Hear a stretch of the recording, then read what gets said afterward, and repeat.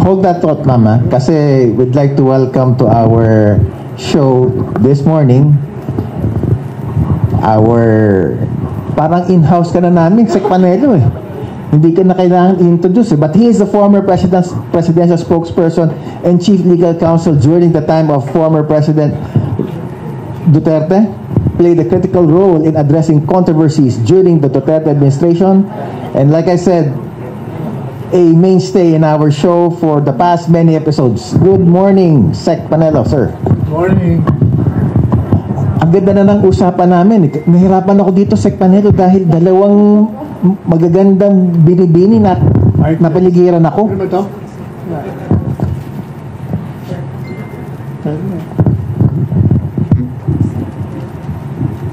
Meron bang mga naitulong ang kasalukuyang gobyerno, if any, dun sa proseso ngayon ng ICC? Ang pangalawang tanong for everybody, marami pong ugong-ugong na naririnig sa pagpapalit ng gobyerno at paglalagay ng caretaker government. Ano ang masasabi niyo dito?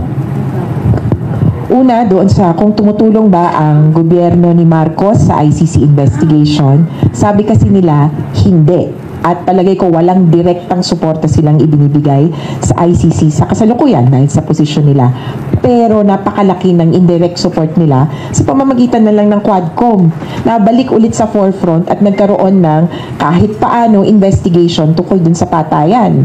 Na iharap ulit itong mga retired na mga general, yung mga police, na yung iba nakapagpaliwanag and most importantly nakaharap ang mga biktima sa isang government agency at napaniwala itong Committee on Human Rights, si Kong Abante, na hindi alleged or kwentong kutsero lang yung mga patayan, totoong nangyari at mayroong pagkilala na itong mga human rights violations na ito ay merong kasalanan ang gobyerno. Kung hindi man direktang pinapatay, si Duterte na rin may sabi mismo kill them all. Kung hindi man direktang pinatay, in-encourage, or on the other hand, this government has the responsibility to investigate these killings. And the 7,640 dead in police operations, walang naging maayos na investigasyon. Paano pa yung umaabot ng 30,000 na pinatay ng unknown perpetrators? Lalong walang nangyari doon. Kaya yung Quadcom is an indirect assistance to the ICC, clearly. Secondly, there have been many other ways that they have assisted not only the victims but also the organizations assisting the victims. Mere recognition that they are victims of a state policy is important. Support in terms of yung actually yung mga other support ngayon, yung psychological, yung assistance nila, livelihood, nakakahingi ng tulong kahit paano sa government through other, hindi naman directly, no, pero I mean through other processes. You have to apply for it. Kaya palagay ko, overall, nagkakaroon ng puwang, pero hindi pa rin buong buo. Kaya panawagan pa rin namin kay Presidente Marcos na buksan ang kaban ng paperwork, ng mga ebidensya na available patungkol dito sa war on drugs. At tingnan na natin kung una, bakit nga nagpapatuloy pa rin ang patayan, and pangalawa, sinong dapat managot sa mga nangyaring patayan. With due respect, no, alam po ninyo, ever since sinasabi ko na yung posisyon ni Presidente Marcos Jr. na walang jurisdiction ng ICC ay tama. Sapagkat isang insulto at isang pagsalakay sa territorial integrity at sovereignty ng bansa kung papapasukin natin ang isang banyagang institusyon na litisin ang mga timanong tao na nagkamit ng krimen dito sa ating bansa. We have a robust system. Sinasabi na nga namin ever since, kung totoo yan, mag-demanda kayo, ay ang dami na nating dinidemanda na nakukulong naman. So bakit kailangan ng ibang bansa ang makialam sa atin, ibang institusyon? Di ba? Hanggang ngayon, wala namang kaso. At sinasabi nila, alam mo, natatawa lang kami dun sa 30,000 Kaya nga na sinabi ni Presidente Duterte, sige, mag-demanda na kayo. Unang tanong ko sa inyo, ano yung 30,000? Bigyan nyo nga ako ng listahan. Ano mga pangalan yan? Under what circumstances were they killed? Sino pumatay dyan? Hindi nila ibibigay sa hukuman Kaya wala. Kung madali sabi, hindi totoo. Kasi ang official record ng mga pulis ay 6,000 lang eh. Yung 30,000 na yan, nagsimula yan kay Rappler, si Maria Reza. Kasi I confronted her. Sabi ko, Maria, where the hell did you get 30,000? Kasi siya nag-umpisa yan. Well, I just copied it from another news source. Ayan, kaya naniwala sa'yo kasi medyo maganda ang credibility mo nun. Kaya lahat, niyakap yung 30,000. Hanggang ngayon, 30,000 na sinasabi nila. Pero sir, may 6,000. 6,000 yung recorded in connection with the performance of the duties of the police. Kaya ang sinasabi namin ever since, i-demanda nyo. Hindi po pwede yung puro propaganda laban sa mga Duterte. Eh hanggang ngayon, wala kayong demanda. Sige sir, see you in the ICC. Sige, Dodi, go ahead. Baka meron mag-respond pa to this lovely lady's question. Yung disbarment daw. Do you have any comments, ma'am? Ngayon lang ba yung final? Ngayong umaga, yung disbarment? Well, hindi ako abogado, no? So, hindi ko alam yung mga basis ng IBP o sa Supreme Court ba yan, kung ano yung mga basis dun sa disbarment. Pero personally, para sa akin, no, dapat lang ma-disbar doon sa nangyaring yung involvement ni President Duterte, no, doon sa EJK nung panahon niya. Yung mga ginagawa niyang mga pagmumura na hindi dapat yata ginagawa yun ng mga abogado, di ba? Yung mga ginagawa niyang misogynist na mga statement na hindi dapat ginagawa yun ng isang abogado. So, kung yun yung basihan, so para sa akin, dapat siya ma-disbar. Siguro just clarify ko lang, no? Kasi Sec Manila, I used to be part of the Commission on Bar Discipline sa IBP. Meron kasing 4 general duties ang abogado. Duty to the profession, duty to your client, duty to the court, and duty to society. So, hindi natin alam kung ano yung ginamit na ground. So, very difficult to speculate at this time. Okay, go ahead. Good morning. Ano kaya hinihintay ni House Speaker Romualdez para umpisahan ang impeachment process? Ano ba yan? Bumabalaan sa tingin niyo ba bumabalaan siya? O ano kailangan niya para mahimasmasan siya na dapat simulan na yung impeachment process? Saka pangalawa, related. Diba dapat sumunod sila sa batas? Or talagang kung merong ganyang initiatives for impeachment sa lower house, diba sumunod sila sa batas at isulong nila at walang silang magpa-pressure sa Iglesia ni Cristo o sa anong simbahan o na denomination. Ano kaya kailangan ni Speaker Romales para masmasan siya sa bisita po natin?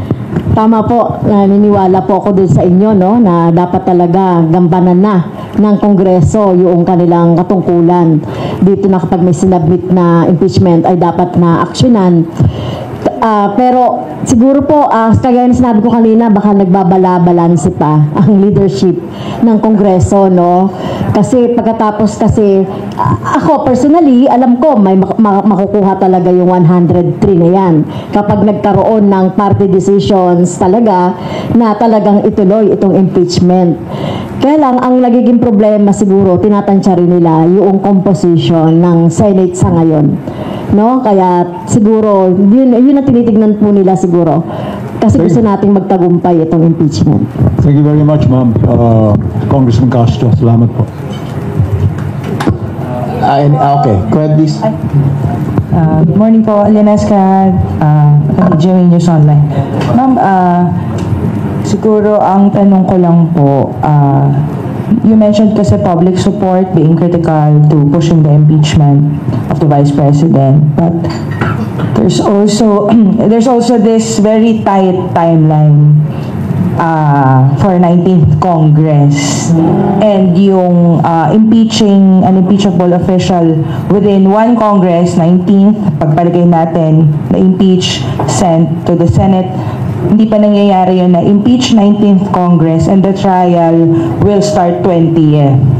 So it has never been done before. So yun ma'am, parang ma-matter pa ba yung public support at this point given that the timeline is very tight? Like pag tinotal ko, a month na lang eh. 3 weeks and then 1 month sa June. I mean, how can an impeachment conviction be reached with such timeline? So may bigat pa ba ang public support at this point dun sa impeachment ni Vice President? So siguro ang worry natin from 19 Congress, yung impeachment na complaint. Tatawid siya ng 20th Congress, nasa Senate na yan. So tingin ko naman pwede pa rin. Hindi naman ito kasi pangkaraniwang batas na pag natapos na yung Congress, parang uulit ka na naman. Ito kasi katulad ng Senate, continuing naman yan eh. May natitira pa yung 12. Pagdating ng after ng election, meron ng mapoproclaim na another 12. So doon, kapag nakasampa na yon sa Senate, yun yung pwede nilang pag-usapan. So, tingin ko pwede naman yung mag-continuous. Dagdag ko siguro. Sa kasi Senate. Important yung point about the Senate being a continuing body kasi ang nakalagay lang naman sa Constitution, if the House refers this na valid, okay na sa kanila to the Senate, then the Senate will constitute itself as an impeachment court.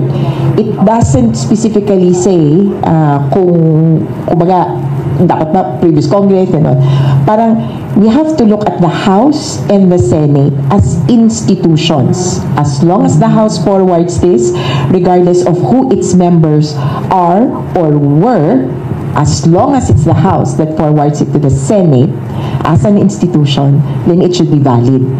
As regards the timeline, baka kasi nape-pressure tayo dahil nga matatapos na yung 19th, yung 20th. That should end it because this impeachment complaint could be processed continuously. Okay. And as soon as forwarded to the Senate. And then yung yung time could be erased entirely if there are 103 signatories or endorsers to an impeachment complaint, it will be referred straight to the Senate.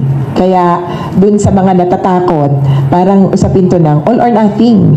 All in tayo dito. Pag all in, mas mabilis. Before I give my thoughts on that, let me respond to Kong Castro's statement that kailangan ma-disbar because of the extrajudicial killing involvement. Number one, no court has yet to convict the former president of any crime involving these so-called extrajudicial killings. So wala na kagad basis. Number two, yun naman pagmumura niya, yung pagmumura naman niya, if you notice, it's an expression of outrage. Outrage lang yun. So wala namang doon. So pagdating naman doon sa timeline na sinasabi, wala yan. Sir, yung question lang po, nagmamatter ba ang public support sa impeachment given the tight timeline? Kumbaga, yung timeline-wise, medyo masikip. Regardless of public support, yung mga members ng Congress, kung gusto nila ituloy, tutuloy yun. But of course, the risk, ang danger doon, pag kumontra ka sa publiko, may problema ka. Thank you, sir. Actually, ipasok ko din nga, baka nagpag-isipan na parang politika to. So, Duterte versus Marcos is hindi At the core of this, may nalabag na batas, may umabuso. Importante bang panagutin? Oo. Kaya palagay ko, majority of the public support the impeachment complaint looking for accountability. Ipaliwanag ko anong nangyari sa pera namin. Thank you po. Una, yung whether may nilabag or not, hindi pa natin alam yun. Yun ang akusasyon.